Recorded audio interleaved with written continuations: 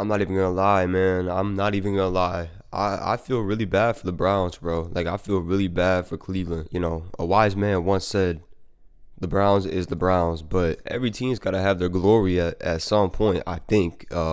Let's put it this way. I made a video a couple days ago, and I was about to wake up and post it today talking about how the Browns look like Super Bowl contenders on Sunday, and I was going to get into that.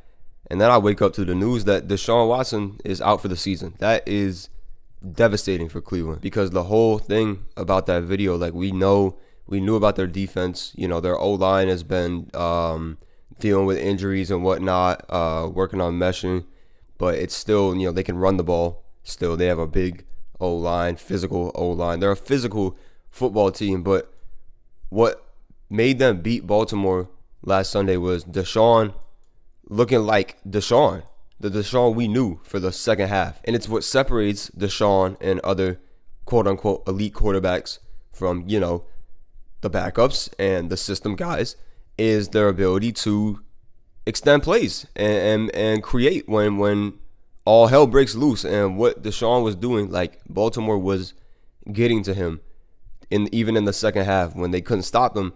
But Deshaun was breaking tackles, feeling the pocket, getting out, moving to his left, moving to his right, extending the play, making a throw. Like, he played a phenomenal second half. And I said, this is Houston Deshaun. Like, I'm a Ravens fan. I'm gonna throw that out there, right? And like, I was pissed off more about the way we finished the first half. Like Lamar threw a stupid ass interception.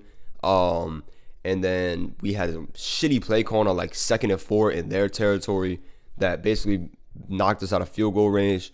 And then we ended up not getting points, which of course would have been the decider in a game that we lost by 1. But I wasn't even really that pissed off that we lost the game because, well, one, we've been self-imploding for the past year or so I'm used to that. Like, that's just what we do. I told my dad in the second quarter, I said, look, we gonna mess around and lose this game. Like, I'm letting you know now.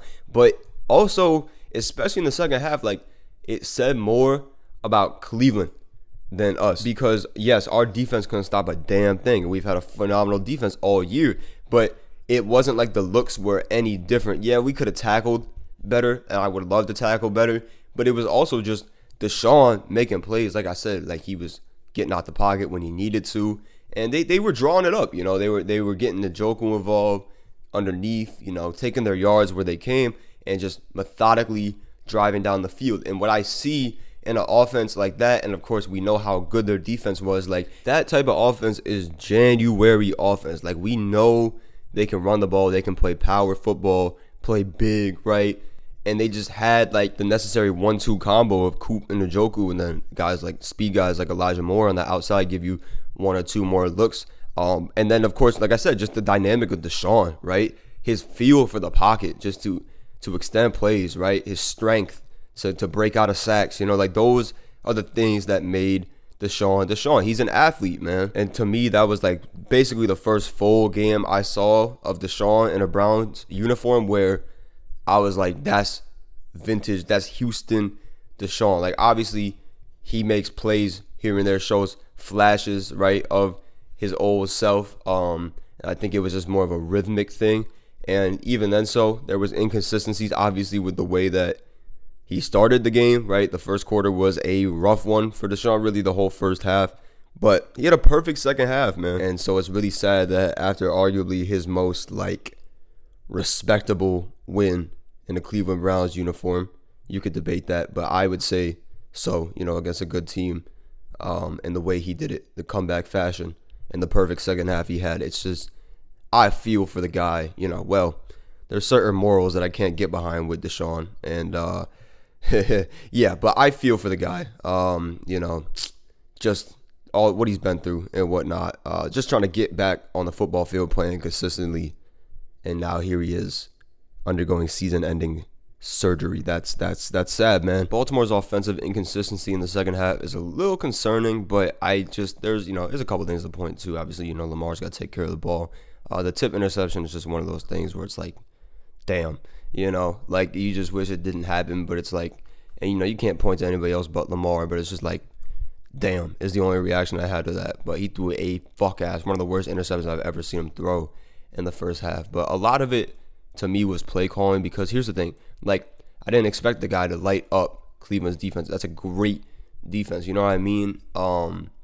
And like play calling was Monken, man. He's better than Roman. I can tell you that. And like conceptually, schematically, and when he's on, he's on. Like he fits Baltimore in the sense that when he's hot, he's hot. When he's drawing it up, he's drawing it up. Like when he's got a defense figured out. But it was just, I mean, look, you with this offense getting in third and long situations is just self-implosion, because especially against that defense, like I can like whenever we got 3rd and 8, 3rd and 9 plus, like I was like, punt it, bro, because you're just not gonna pick that up with our offense. You know, we don't have the outside presences of like possession receivers enough to be able to like, you know, to be able to draw that up and get something going downfield, I feel, right?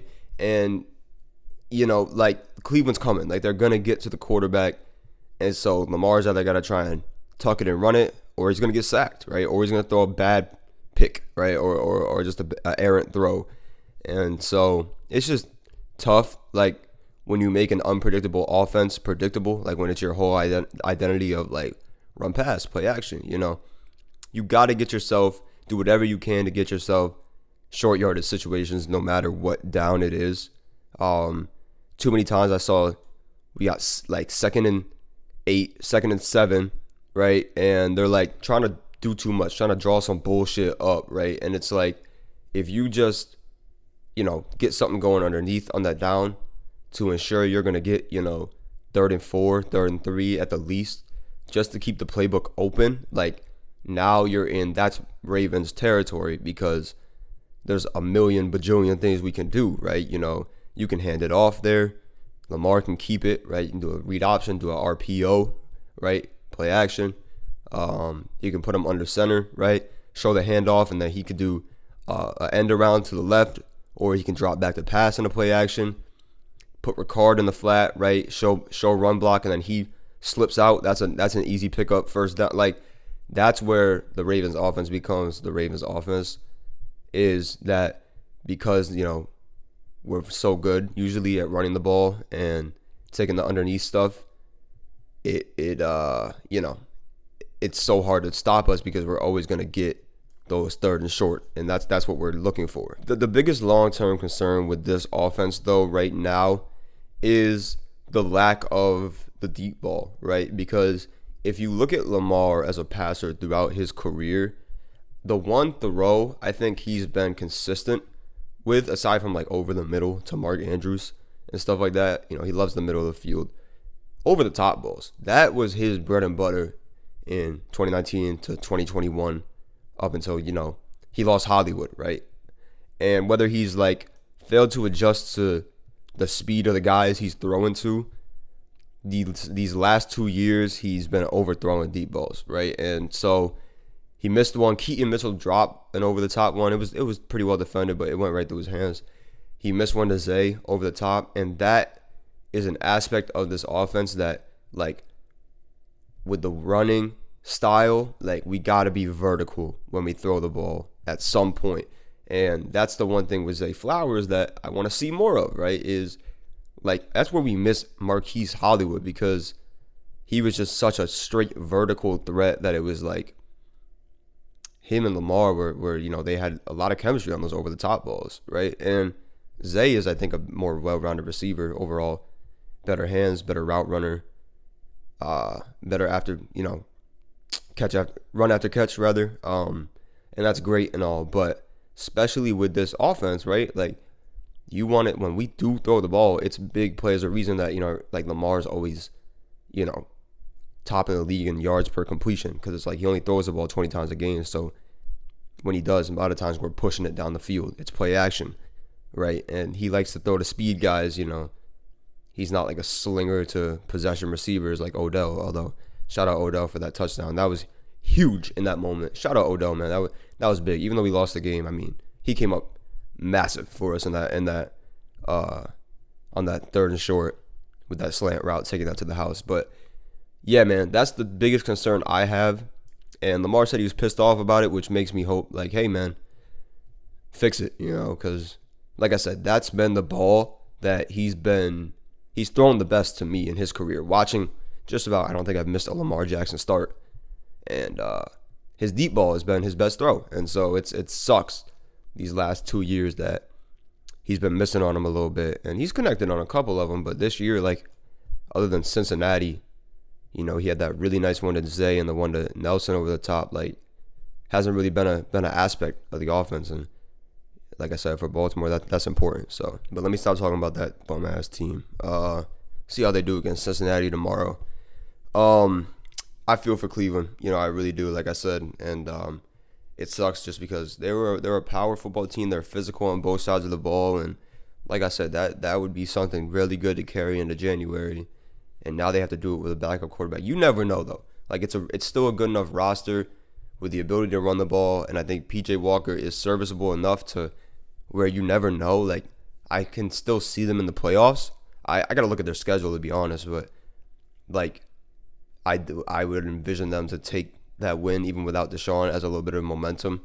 But man, like they looked like contenders. Like I genuinely was impressed. And was, I don't want to say excited because they're in our division, but we also already played them twice. So I was kind of excited to see where that offense went with healthy Deshaun, gaining a rhythm, and you know, the defense playing the way they are and whatnot. So it sucks, man. You just hate to see, you know, season-ending injuries, no matter whether it's your rivals or whatnot. And outside of, you know, morals and ethics aside, like as a football player, I love Deshaun Watson. Like I love watching Deshaun Watson play. And so it's let's not take that out of context, all right? Because I do not stand with the decisions he's made off the field. All right, let's just make that clear. Let's get that out the air now. But yeah, man, hopefully he can come back stronger than ever next year. And like I said, best of luck to Cleveland going forward.